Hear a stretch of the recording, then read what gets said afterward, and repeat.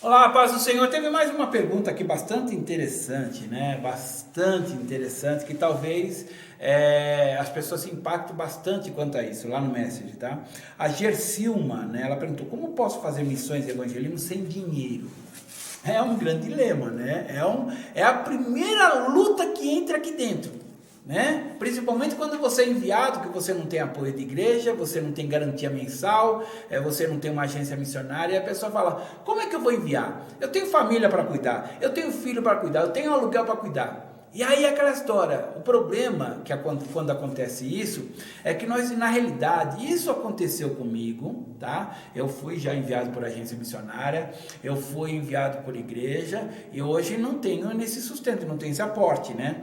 E eu tentei abandonar a chamada missionária por uma má interpretação que Deus falou para mim, né? E aí aquela história, Deus se calou, Deus não me pesou a mão, se calou. E quando Deus se cala, a gente perde a noção. Quando você está acostumado de ter o Senhor te guiando, te direcionando, te abrindo as portas, e você perde essa noção, você fica como um trem fora do trilho, ou seja, começa a patinar. E eu sofri bastante, muita revolta e tudo mais, tal. E aí, foi antes do Covid, que eu cheguei para Deus e falei, Deus, tá bom, vou parar de lutar contigo, o que o senhor quer? Volta pro Peru, ele falou muito claro. E aí entrou o Covid, falei, e agora? Aí Deus me mandou para uma chácara, foi o meu caverna de adulão, onde eu tive que trabalhar muito a minha convicção, tirar toda aquela revolta, orar muito, chorei muito e tudo mais. E eu falei, como vai ser enviado, né? Eu comecei a abrir estratégia. Tenho duas escolas online, vendendo automaticamente. Eu tenho serviço que eu faço de escrita de livros. Eu escrevo livros para os outros, o ghostwriter. Eu faço leitura de livro, né? Ou seja, a pessoa pede para mim transformar o livro em áudio. Então, é um serviço que me rende alguma renda, me ajuda numa renda. Mas isso no campo mensal, isso não é uma coisa garantida. E aí, quando eu fui para o campo, quando eu voltei para o Peru, que a fronteira abriu a fronteira, eu já estava em Guarulhos, já estava na cidade, e eu estava aguardando, esperando abrir a fronteira, foi em fevereiro de 2022, eu falei, eu precisava de R$ 1.200, eu estava com 900, faltava R$ 300.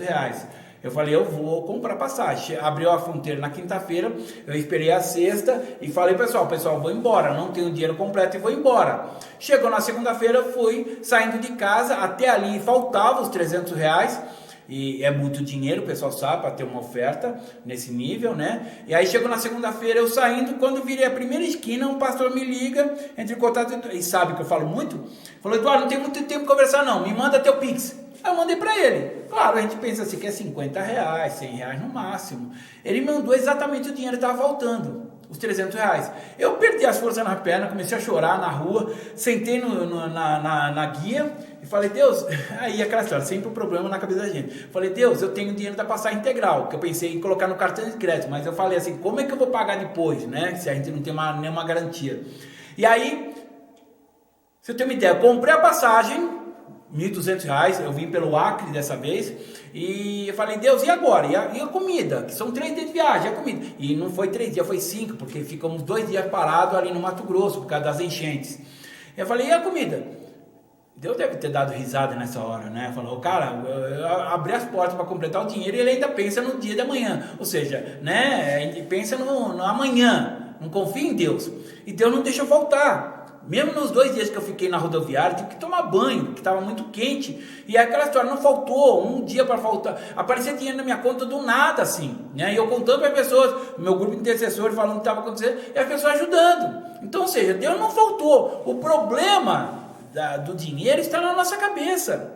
Dar um passo de fé é a mesma coisa que você se jogar no mar sem saber nadar. Falando, Deus vai me salvar. Entende? Você crê em Deus, isso vai depender muito de uma experiência você e Deus, entende? Por isso que eu falo que o evangelismo é importante, a prática eclesiástica é essencial, o conhecimento teológico é essencial, mas você dar um passo para trabalhar na obra, o tempo integral, é por isso que muitos pastores não largam o seu trabalho, sabe?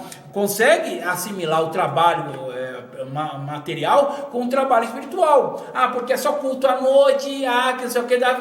Não, esquece que o trabalho de um pastor, de um missionário, não é somente à noite. Ele tem visita, ele tem evangelismo, ele tem que conhecer pessoas, ele tem que fazer o trabalho, até um trabalho social para socializar. Não, e os pastores não querem mais isso. Não, a igreja está constituída, só tem que administrar a igreja. Amém. Cada um tem seu limite. Agora, se jogar para missões, você trabalhar integral, você ou acredita em Deus, e Deus nunca falha. O problema que eu falo é que tem que ter na nossa cabeça. Quando a gente joga acreditando, é como uma criança. Um filho chega assim, que é recém-nascido, se joga no braço dos pais, sai do sofá e joga nos braços do pai. Ele não sabe.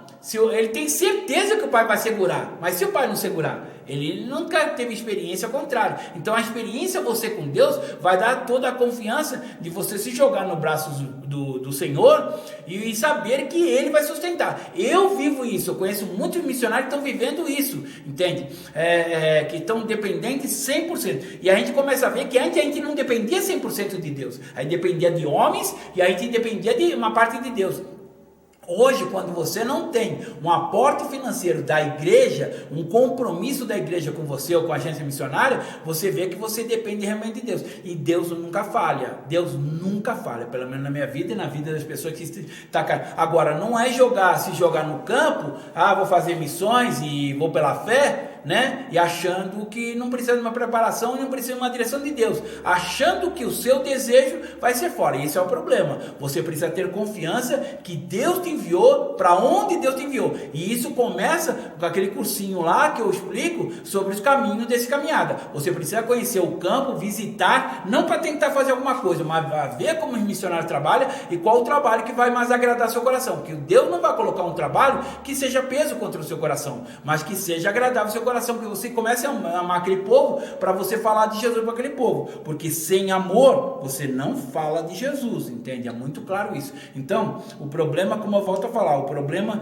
de dinheiro está na nossa cabeça, nunca está em Deus. Deus nunca faltou e nunca falhará, amém? Que Deus possa te despertar para você ser enviado para o campo missionário e acreditar.